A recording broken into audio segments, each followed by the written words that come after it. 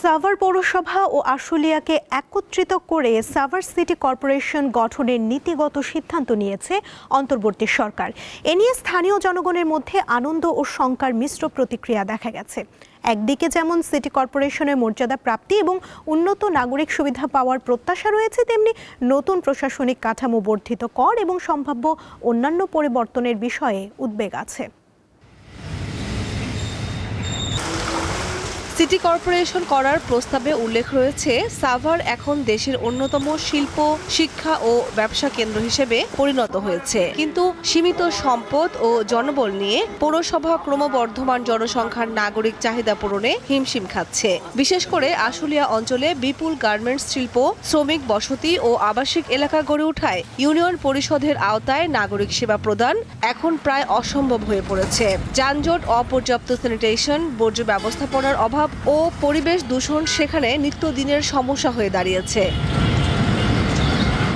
প্রশাসনিক পরিবর্তনের এই প্রক্রিয়ায় খুশি বেশিরভাগ মানুষ, যদিও কর বৃদ্ধি, ঢাকা ওয়াসার পানি ও নাগরিক সুবিধা নিয়ে দুশ্চিন্তা রয়েছে। সিটি কর্পোরেশন হলে আমাদের যেরকম সুবিধা তার চেয়ে বেশি অসুবিধা হবে যদি এটা এখন করা হয়, মানে এক্সিকিউট করা হয়। সেই ক্ষেত্রে নাগরিক এইখানে ট্যাক্স বেড়ে যাবে, তারপরে মানুষের উপরে একটা বার্ডেন হবে। সাভারের সচেতন মহল ও জনপ্রতিনিধিরা এ উদ্যোগকে স্বাগত জানালেও তারা মনে করেন নাগরিক সুবিধা বাড়লেও পরিবর্তন আসতে সময় লাগবে। জনগণ তার অর্থে ট্যাক্সের টাকা পরিপূর্ণ সেবা পাবে কিনা এই ব্যাপারে আমাদের যথেষ্ট সন্দিহান।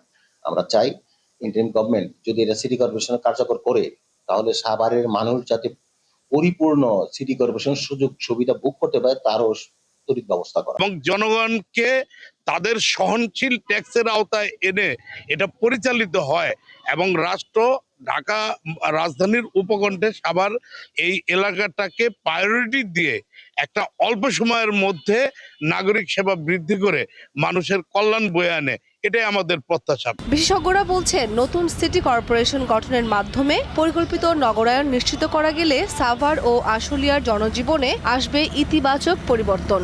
স্থানীয় পর্যায়ে সিটি কর্পোরেশন খুবই গুরুত্বপূর্ণ। সিটি কর্পোরেশনের মাধ্যমে যেটা হবে যে জনসেবাগুলোকে প্রান্তিক পর্যায়ে পৌঁছে দেওয়ার যেমন একটা সম্ভাবনা তৈরি হচ্ছে, পাশাপাশি এর মাধ্যমে এইখানকার সামগ্রিক ভূমি ব্যবস্থাপনা, ডিটেল এরিয়া প্ল্যানিং, জোনিং, তারপর হচ্ছে রিস্ক ফ্যাক্টরগুলোকে অ্যানালিসিস করে যাতে সার্বক্ষণিক সেবা দেওয়া যায় সেগুলো নিশ্চিত করা সম্ভব হবে।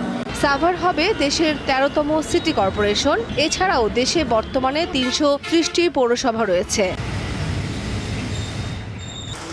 কামরুন নাহার, দীপ্ত, বার্তা কক্ষ।